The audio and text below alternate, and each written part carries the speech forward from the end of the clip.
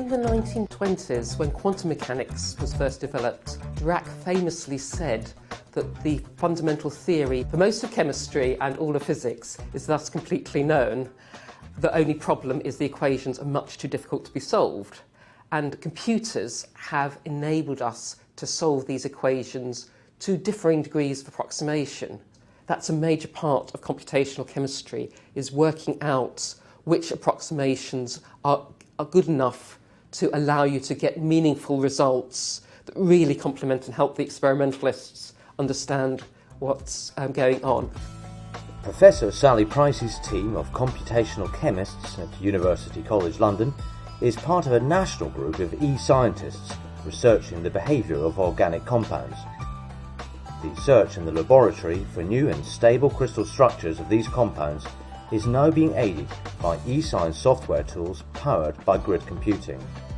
Single crystal X-ray diffraction is very central to our work. We'd find it very difficult to do crystal structure prediction without having some idea of the structure to start with. The way it works is that you irradiate X-ray photons onto your crystal, and then you observe the diffracted beams that you get on a sensitive detector.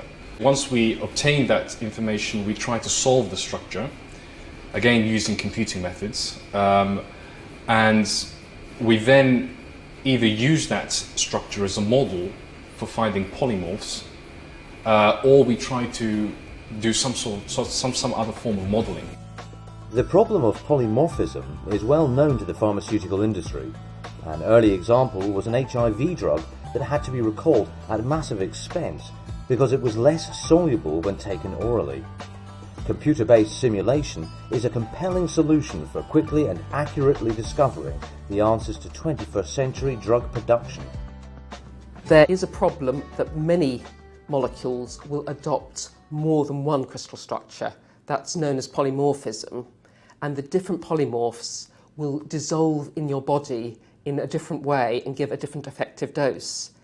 The reason why we want to look at polymorphism of any molecule, for example, a drug that would form as a dimer or a chain, if a pharmaceutical company has developed this and know it has the crystal structure that's a dimer, if you take a tablet of this, it will dissolve at a certain rate in your body and have a certain dosing profile. The fact that it might perhaps form a chain one day means if it starts forming this chain in the manufacturing process and you take a tablet of that instead, it's got a completely different dosing profile in your body. So you could be overdosing, it could be not dissolving at all and just going straight through you. Those are the ultimate implications. A major part of the research is trying to understand the phenomena of polymorphism and do the calculations to see which crystal structures are feasible for a molecule, and try and understand what determines which of them are being found, what routes you might make in the different crystallization experiments that can be carried out in the lab and elsewhere to find these new polymorphs. And that is a very major driver behind this research. The Engage initiative is supporting Professor Sally Price and her team by updating and upgrading their software systems to take advantage of the national grid systems of computers. This offer of help of updating the computer science is extremely valuable to us, and we're hoping that we will be able to do much larger calculations on more molecules and transfer the process to the national grid system.